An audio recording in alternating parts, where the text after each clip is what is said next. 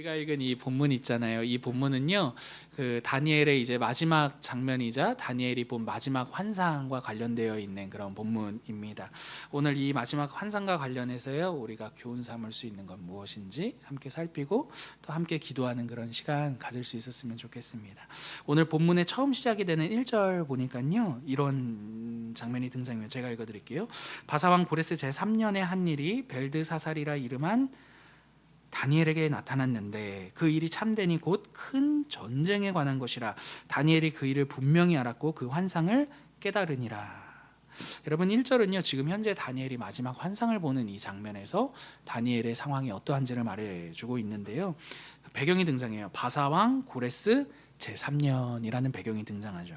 여러분, 고레스 제3년이라는 이 배경은요, 이스라엘이 포로로부터 귀환한 지 어느 정도 시간이 흘렀다라는 것을 말해주는 배경이 됩니다.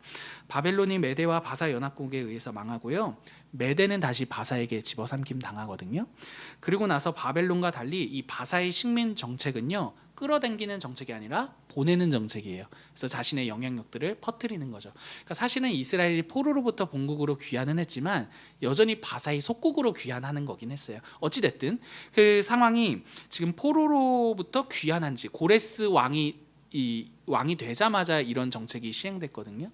그리고 3년이래요. 그러니까 포로로 막 이제 보내지고 있던 상황이 지금 이 환상을 보는 상황이었다라는 거죠.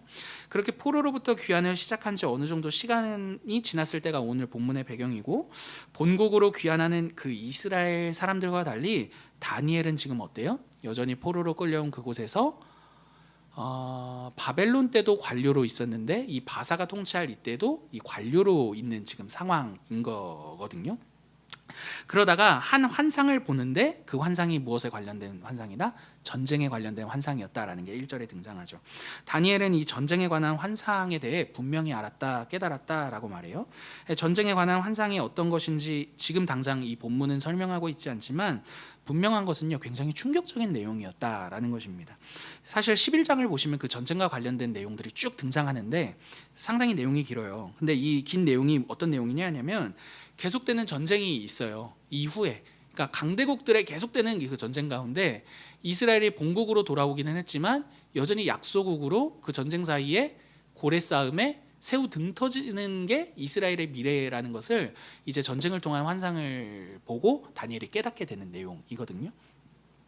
어찌됐든 그 상황이, 그러니까 전혀 낙관할 수도 없고 소망적이지도 않는 그런 내용을 보게 된 거예요. 그래서 이에 대한 다니엘의 반응이 2절과 3절에 등장하는데 눈으로 보세요. 새 이래 동안 슬퍼했다라고 하죠. 그죠? 여기서 새 이래는 3주예요. 이래가 한 주거든요. 그러니까 새 이래는 3주 정도의 기간 동안 슬픔으로 인해서 먹을 것도 먹지 못하고 마실 것도 마시지 못하고 기름 바르지 못했다. 뭐 이런 게 오늘날로 치면 뭐 양치, 칫솔, 뭐 로션, 뭐 이런 기본적인 이런 것들을 완전히 패해버리는, 그죠? 장례식 때도 요즘은 안 그러지만 옛날에는 막 수염도 안 깎고, 그죠? 세수도 잘 안 하고, 왜냐면 그게 슬픔의 표현이었으니까. 그와 같은 지금 상황이 다니엘의 상황이었다라는 것을 말해주는 거죠. 그러던 가운데 이런 전체적인 상황 속에 이제 다니엘이 히데겔 큰 강가에 있을 때에 한 어떤 특별한 존재가 나타나서 이제 이 일들이 이제 진행되는 게 오늘 우리가 읽은 이제 본문의 내용입니다. 그래서 히데겔 강가에 있는 다니엘과 그 다니엘을 찾아온 어떤 특별한 존재에 관한 이 대목을 각각 차례대로 살펴보도록 할게요. 여러분, 먼저 다니엘이 히데겔 강가에 있었다라는 것은요, 그가 바사의 관료로 지금 역할을 하고 있다라는 것을 추측할 수 있는 대목이 돼요. 왜냐하면 이 강은요, 이 히데겔 강 있죠. 이 강은요, 당시 제국의 아주 핵심 수로였거든요. 그러니까 교통의 요지였고 이 강을 다 통해서 뭔가가 이루어졌던 거예요. 그렇기 때문에 학자들은요, 이 히데겔 강가가 행정이나 물류나 교통에 있어서 아주 중요한 강이었다라고 말을 하거든요. 그러니까 다니엘이 이 강가에 있었다라는 것은요, 그 나라의 지금 바사의 관료로서 어떤 중요한 역할을 감당하기 위해 그 강가에 있었다라는 것을 한번 좀 생각해 볼 수 있다라는 거죠.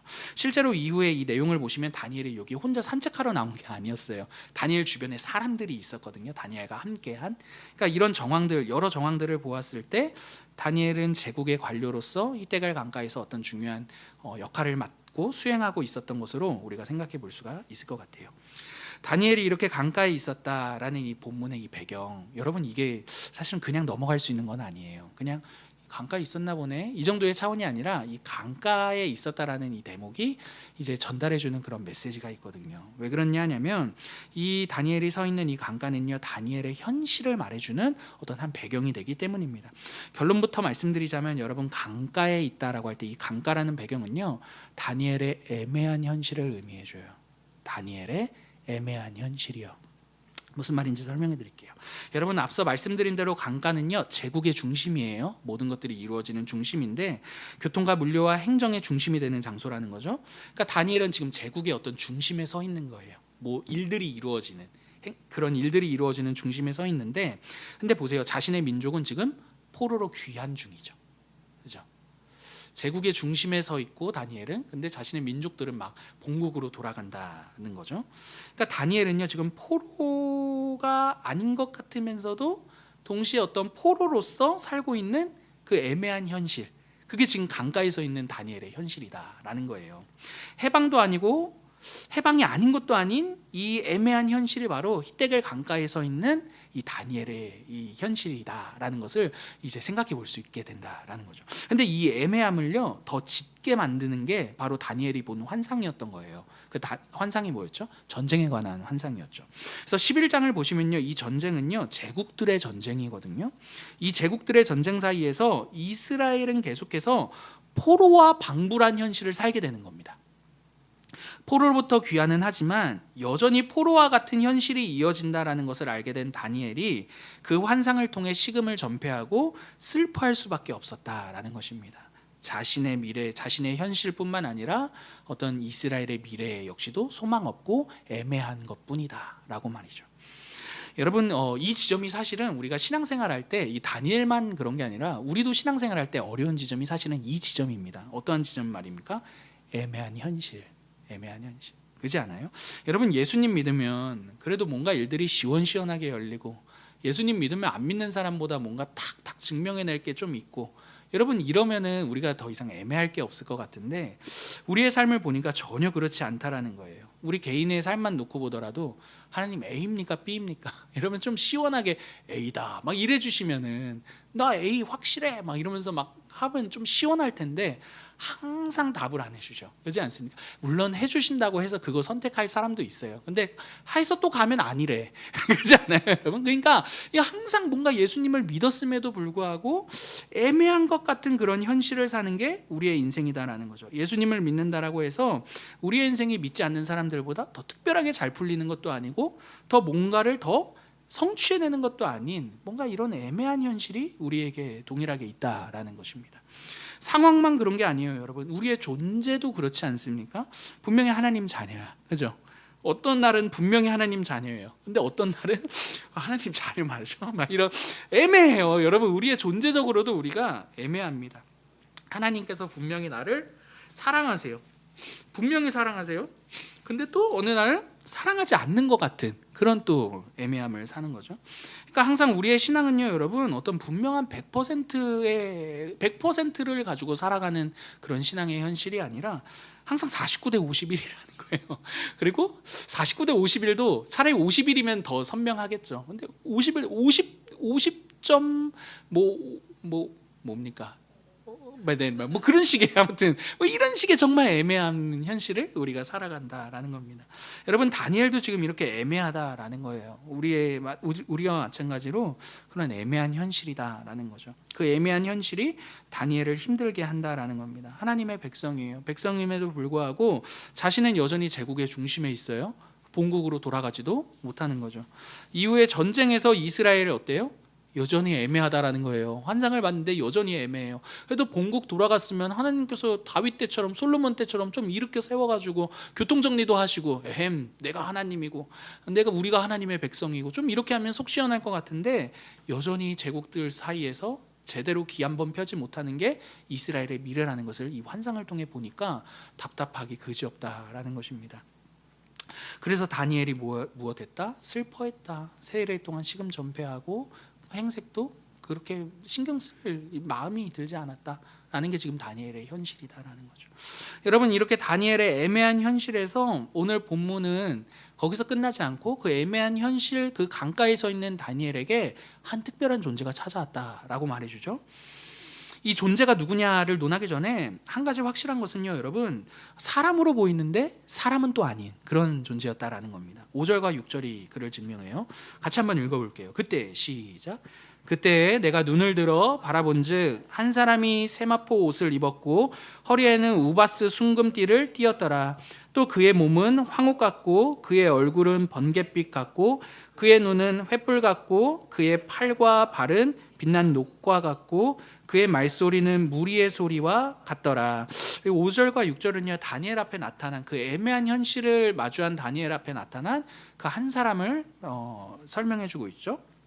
결론부터 말씀드리자면 이 존재가 가지고 있는 이 5절과 6절에 등장하는 이 특징들 있죠. 여러 가지 세마포, 순금, 띠 이런 것들은요 다 하나님의 권위를 떠올리게 하는 그런 장치들입니다. 여러분, 분명 구약을 보시면 세마포나 순금띠나 황옥이나 번갯빛, 횃불 이런 식의 묘사는요 하나님을 떠오르게 하는 묘사들로 등장하기 때문이에요. 시간이 없기 때문에 다 살펴보지는 않겠지만 결론이 그렇습니다. 여러분, 이 사람을 통해 하나님의 권위를 보게 된다라는 사실은요, 그 자리에 다니엘의 반응과 더불어 다니엘과 함께한 사람들의 반응을 통해서도 우리가 생각해 볼 수가 있어요. 7절을 보시면 그 사람에 대한 것을 다니엘만 보았음에도 불구하고 다른 사람들, 다니엘과 함께한 사람들이 어떻게 했다라고 말합니까? 크게 두려워하고 도망갔다라고 말하죠. 그러니까 이 사람이 아주 특별한 존재이고 하나님의 어떤 위엄과 권위를 가진 그런 존재였다라는 것을 한번 생각해 볼 수가 있죠. 이는 분명 하나님에 대한 사람들의 반응이라는 거예요. 또한 다니엘 역시도 그 앞에서 얼굴에 땅을 대고 잠들었다라고 하는데 기절했다라는 거죠. 그 위험 앞에 제대로 설 수가 없어서. 일반적인 사람을 만나서는 이런 반응이 가능합니까? 가능하지 않습니까? 가능하지가 않은 거죠. 정리하면 이 존재에 대해 누구냐라고 할 때 분명한 사실 한 가지는요, 이 사람이 사람이었음에도 불구하고 하나님의 권위를 가진 아주 특별한 존재였다라는 것을 생각해 볼 수 있다라는 것입니다. 그러나 여러분, 그렇다라고 해서 이 사람을 하나님이시다 이렇게 보지 않는 이유도 있어요. 그게 13절인데 한번 눈으로 보세요. 13절 제가 읽어드릴게요. 이 사람이 이렇게 말해요, 다니엘에게. 그런데 바사 왕국의 군주가 20일 동안 나를 막았으므로 내가 거기 바사 왕국들의 왕들과 함께 머물러 있더니 가장 높은 군주 중 하나인 미가엘이 와서 나를 도와주므로. 여러분, 13절을 보시면 여기서 말하는 사람이 이제 특별한 존재가 말하는 거거든요. 근데 뭐라고 말합니까? 바사 왕국의 군주가 나를 막았다 이렇게 말해요. 근데 만약에 이 사람이 하나님이라면 막힐 수 있는 존재입니까? 막힐 수 없는 존재입니까? 막힐 수가 없는 존재인 거죠. 그러니까 어찌 되었든 여러분, 이 장면을 통해서 이게 또 100% 하나님이다 이렇게 말할 수 없는 뭔가 애매한 이 상황이다라는 것을 생각해 볼 수가 있는 거죠. 근데 어찌 되었든 여러분, 이 사람이 하나님이냐 하나님이 아니냐 이렇게 이것보다 더 중요한 게 있어요. 그 중요한 게 무엇이냐면 어찌 되었든 한 가지 분명한 것은 하나님의 권위를 가지고 다니엘에게 이 환상에 관한 내용을 말하는 존재다라는 것이죠. 여러분, 그리고 그 사람이 하는 말은 단순히 어떤 특별한 한 사람으로서 하는 말이 아니라 하나님의 권위를 가지고 마치 하나님께서 다니엘에게 이 전쟁에 대한 환상을 해석해 주시는 것과 똑같은 그 권위를 가진 그 사람의 말이다라는 것을 우리가 생각해 볼 수가 있어요. 여러분, 이 사람은요, 애매한 현실 앞에서 의욕을 잃고 슬퍼하는 다니엘에게 11절과 12절에 이렇게 말해줍니다. 우리 같이 한번 읽어볼게요. 내게 이르되, 시작. 내게 이르되 큰 은총을 받은 사람 다니엘아, 내가 내게 이르는 말을 깨닫고 일어서라. 내가 내게 보내심을 받았느니라 하더라.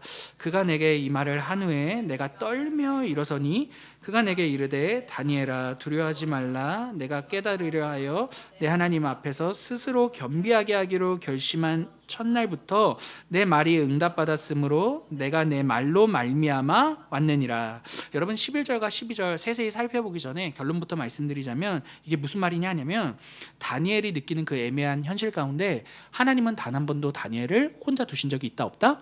없다라는 게 11절과 12절의 내용이다라는 거예요. 여러분, 하나님께서 다니엘을 혼자 두시지 않은 결과가 무엇입니까? 이 하나님의 권위를 받은 이 사람이 다니엘을 찾아오게 된 지금의 이 장면이라고 말한다라는 거죠. 내가 내게 보내심을 받았어. 왜요? 넌 한 번도 혼자였던 적이 없거든. 이렇게 말한다라는 겁니다. 그래서 이 사람은요, 다니엘을 이렇게 불러요. 은총을 받은 사람아라고 말이죠. 은총 가운데 있는 사람인 거죠. 한 번도, 왜요?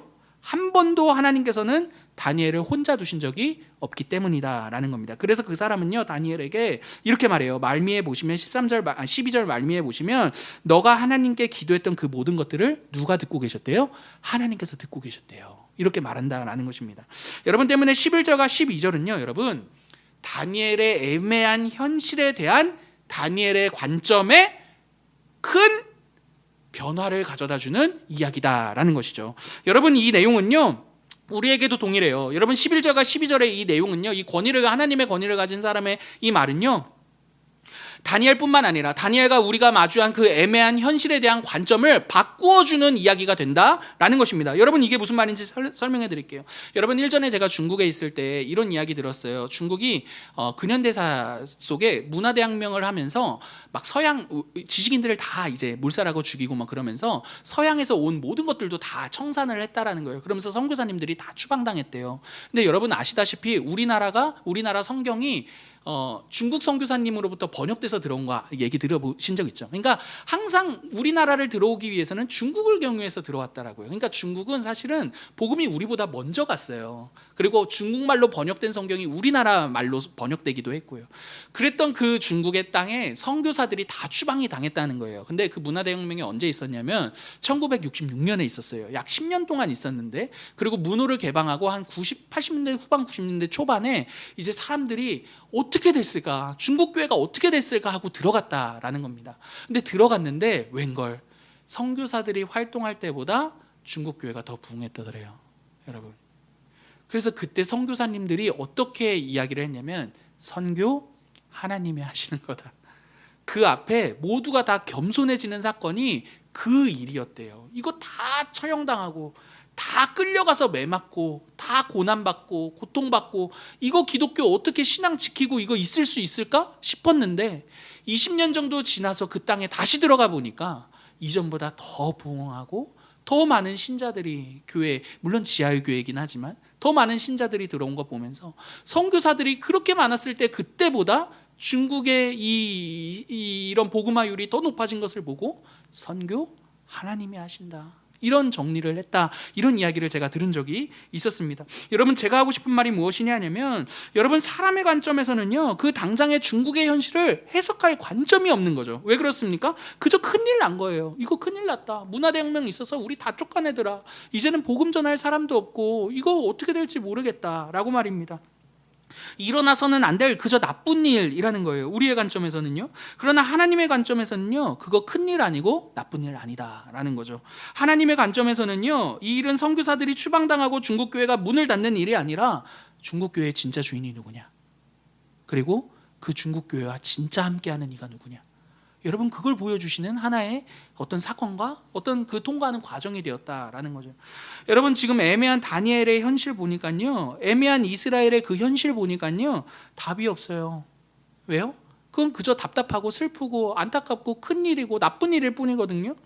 근데 무엇 하나 시원하게 해결되어지는 것 같아 보이지 않는 그런 현실일 뿐이다라는 거죠. 하지만 다니엘이 그 특별한 사람의 이 메시지를 통해 깨닫게 되는 것 한 가지 있습니다. 그 애매한 현실 가운데서 하나님께서는 여전히 그 현실에 관심을 두고 계시며, 그래서 다니엘의 이 작은 신음에도 응답하시며 다니엘을 단 한순간도 홀로 두신 적이 없다라는 것이죠. 아무런 일도 일어나지 않는다라고 해서 아무런 일도 일어나지 않는 게 아니다라는 것을 다니엘이 깨닫게 되었고, 다니엘의 관점 위에 하나님의 관점을 어림풋하게나마 다시금 알 수 있는 어떤 한 장면이 되었다라는 것이죠. 사랑하는 여러분, 우리의 애매한 현실도 저는요 마찬가지라고 생각합니다. 여러분 우리의 애매한 현실 볼 때 여러분 우리 관점으로는 사실 답이 안 나오잖아요, 그죠?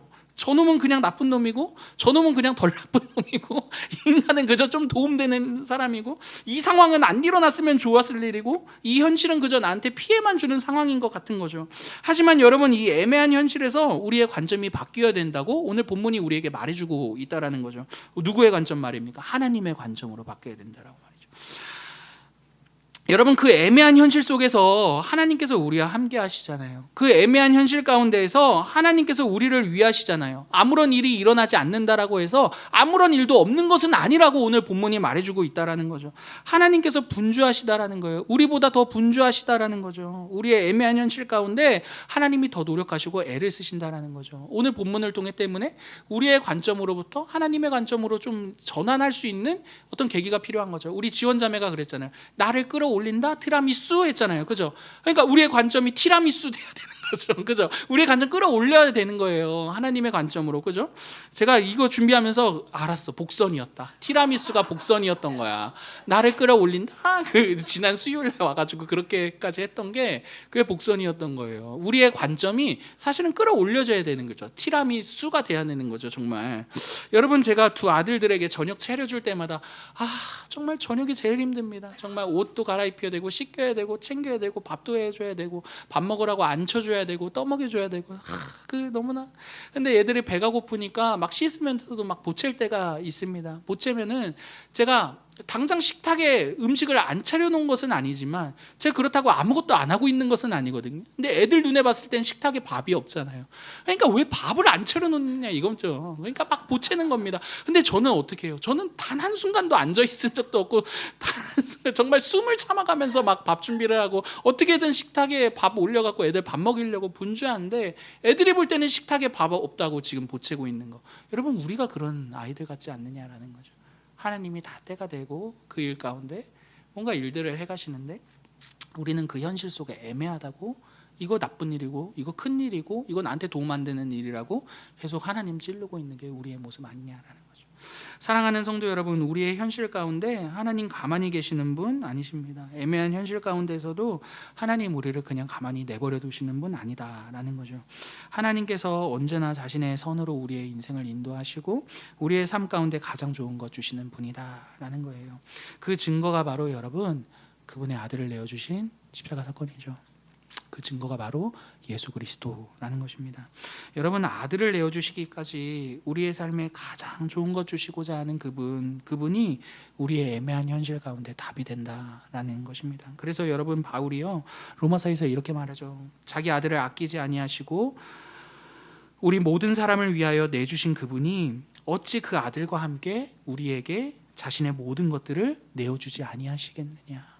아들까지 주신 그분이 우리에게 뭘 아낄 게 더 있겠냐. 여러분 그게 아버지의 관점, 하나님의 관점이다라는 것입니다. 여러분 애매한 우리의 현실 가운데 우리에게 진짜 필요한 것은요 우리의 관점이 아니라 하나님의 관점이다라는 것이죠. 여러분 말씀을 마치겠습니다. 사랑하는 성도 여러분, 우리 다 애매한 현실 삽니다. 너무 애매해요. 어떨 때는 확실하다가도 어떤 때는 이게 맞는가 싶기도 합니다. 그러나 여러분 자기 아들을 아끼지 않고 내어주신 하나님이 계십니다. 자신의 모든 것을 내어주신 하나님께서 어찌 우리의 삶 가운데 무엇을 더 아끼며 우리의 삶을 간보듯이 재겠느냐라는 것이죠. 그러므로 여러분 이 애매한 현실 가운데 우리의 관점이 아닌 하나님의 관점을 통해 우리의 인생을 좀 바라볼 수 있는 그런 너그러움이 우리에게 좀 있었으면 좋겠습니다. 여러분 하나님의 관점 안에서 우리에게 주어진 모든 상황들을 보게 될 때 여러분 결국에 그 믿음으로 인한 인내가 우리 안에 담기게 될 것이고 그 인내가 우리의 인격을 형성하며 결국에는 하나님에 대한 소망을 품고 나아가게 할 것이라 믿습니다. 여러분 오늘 밤 우리가 함께 기도할 때 하나님 그저 이 애매한 현실 가운데 우리의 관점과 우리의 시선으로 보는 게 아니라 당신의 관점과 당신의 시선으로 좀 볼 수 있는 너그러움을 우리에게 허락해달라고 함께 기도하는 그런 저녁밤 되기를 간절히 기도합니다.